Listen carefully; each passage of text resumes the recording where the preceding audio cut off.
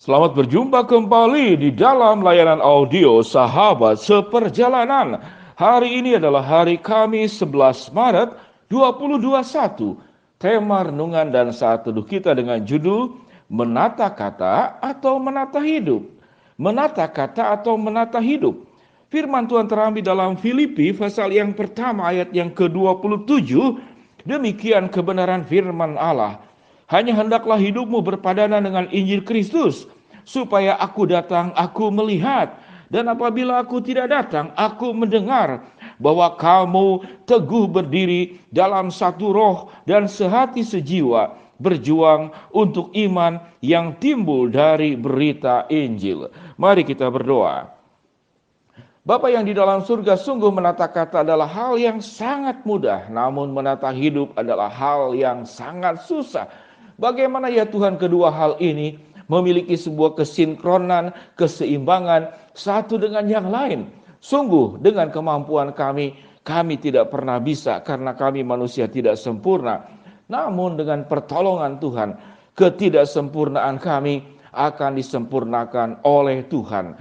Di dalam nama Tuhan Yesus kami berdoa. Amin. Shalom sahabat seperjalanan yang dikasihi Tuhan. Menata kata atau menata hidup. Kalau dipilih mana yang lebih mudah? Jawabannya menata kata. Kata menata kata ini menjadi sangat terkenal. Seringkali itu keluar di dalam berita-berita media massa. Yaitu ada seorang pemimpin yang seringkali dikategorikan pandai menata kata namun tidak pandai menata kota. Kita tidak akan membahas kekurangan orang lain, namun kita akan membahas kekurangan diri sendiri. Jangan-jangan orang tersebut juga adalah kita sendiri. Bahwa kita itu pandai menata kata namun tidak pandai menata hidup. Kalau yang disebutkan tadi, pandai menata kata, tidak pandai menata kota. Orang yang pandai menata kata namun tidak pandai menata hidup, itu menjengkelkan. Kenapa menjengkelkan? Janjinya manis, kenyataannya pahit. Penampilannya meyakinkan, namun pekerjaannya itu babak belur. Hidupnya tidak sesuai antara kata dan tindakan, antara tata kata dan tata laksana. Kalau tata kata itu menata kata, tata laksana itu melaksanakan apa yang diucapkan, apa yang dikatakan, apa yang dijanjikan. Sahabat seperjalanan yang dikasihi Tuhan, sebagai orang percaya pun demikian. Firman Tuhan berkata apa dalam kitab Filipi? Rasul Paulus berkata kepada jemaat di Filipi, hanya hendaklah hidupmu berpadanan dengan Injil Kristus. Pada bagian ini bahwa Alkitab mengajarkan dan menekankan bahwa yang lebih penting daripada menata kata adalah menata hidup kita. Bagaimana hidup kita itu berpadanan dengan Injil Kristus. Menikah itu mudah, namun berumah tangga itu jauh lebih sulit. Masuk sekolah memang sulit, namun belajar bagaimana sekolah sampai bisa lulus itu jauh lebih sulit. Menjadi guru yang mengajar itu mudah, namun menjadi guru yang menghidupi ajarannya jauh lebih sulit, apalagi pendeta yang berkhotbah.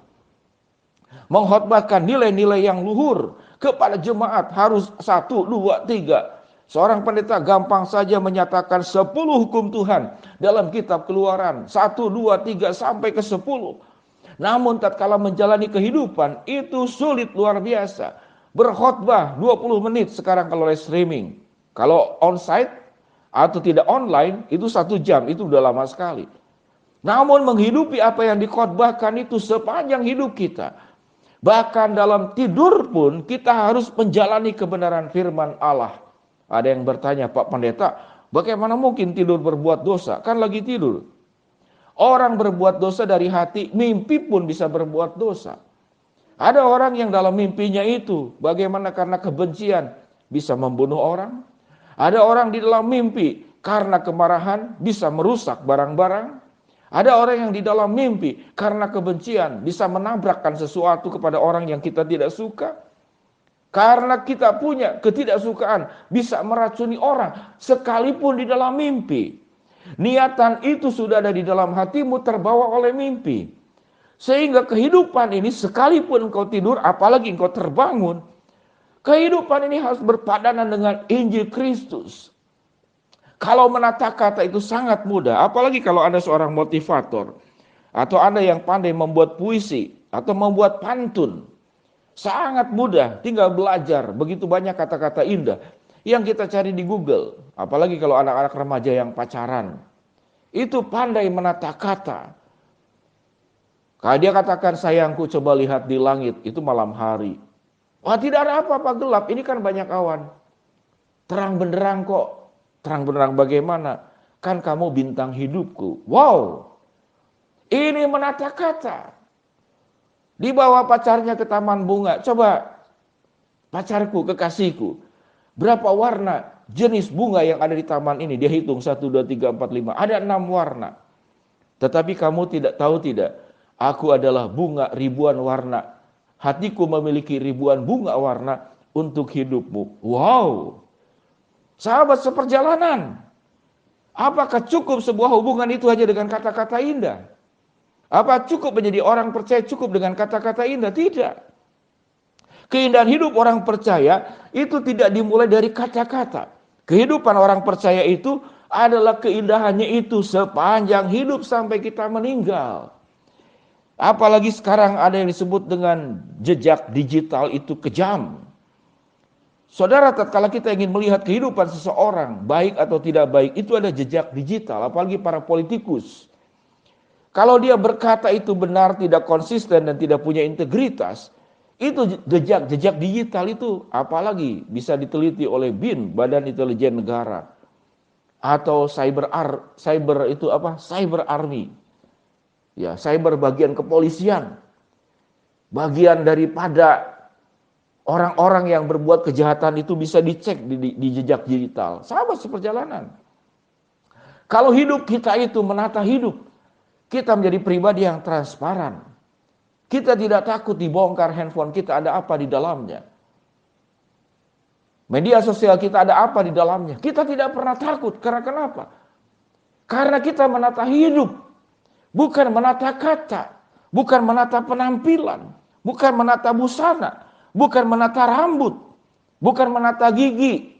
Kalau gigi kurang bagus tinggal diatur. Bagaimana supaya rapih. Mau dimundurkan atau mau dikedepankan? Saya kurang tahu. Apakah ada yang menata gigi supaya bagus dikedepankan? Mungkin juga ada. Ya, sahabat seperjalanan dikasih Tuhan. Menata hidup itu begitu sulit. Sehingga firman Tuhan berkata, hanya hendaklah hidupmu berpadanan dengan Injil Kristus.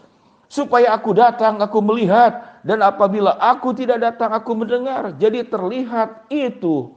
Kelihatan seperti itu. Tidak terlihat juga, aku mendengar.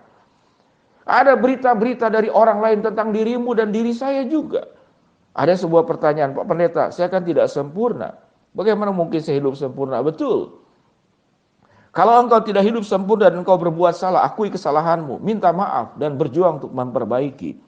Dan yang terakhir, kalau kita hidup tidak sempurna, jangan punya kebiasaan menilai dan menghakimi orang lain. Tak kalau engkau punya kebiasaan menilai dan menghakimi orang lain, maka ukuran yang sama itu, penilaian dan penghakimanmu kepada orang lain, akan diukurkan juga kepada dirimu sendiri. Jangan merasa diri lebih baik daripada orang lain. Sahabat seperjalanan, apa yang kita akan perbuat? Menata kata atau menata hidup? Menata kata cukup di bagian depan saja. Namun menata hidup, sepanjang hidup kita harus hidup berpadanan dengan Injil Kristus, hidup di dalam kebaikan. Mari kita berdoa. Bapa yang di dalam surga, hamba-Mu berdoa buat sahabat seperjalanan yang sedang sakit di rumah sakit maupun di rumah. Tuhan akan jamah, Tuhan sembuhkan. Kami berdoa buat sahabat seperjalanan yang barusan saja ditinggal oleh ayahanda yang terkasih, yang meninggal. Tuhan akan kuatkan, hiburkan keluarga yang ditinggalkan. Buat sahabat seperjalanan yang sedang menghadapi tantangan, kesulitan, problem dalam kehidupan ini, Tuhan membukakan jalan. Buat sahabat seperjalanan yang sedang memohon dan berharap sesuatu, Tuhan akan kabulkan sesuai dengan waktu, rencana, dan juga kehendak-Mu. Di dalam nama Tuhan Yesus kami berdoa. Amin. Shalom sahabat seperjalanan. Hendaklah hidupmu berpadanan dengan Injil Kristus. Jangan Anda pandai menata kata, namun tidak pandai menata hidup. Dengan pertolongan Tuhan, kita akan sanggup hidup dengan baik, dengan tertata. Shalom, Tuhan memberkati kita semua. Amin.